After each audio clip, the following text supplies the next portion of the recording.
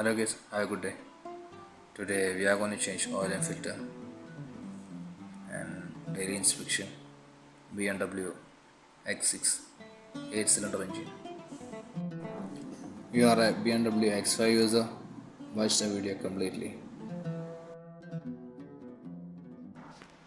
At least once in a week, just open the bonnet and check the power steering fluid,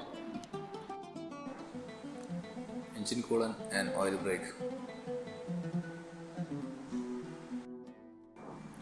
Engineers designed without oil dipstick. So we have only one option, start the car and check the measurement by computer. End of the video, we will check the oil level.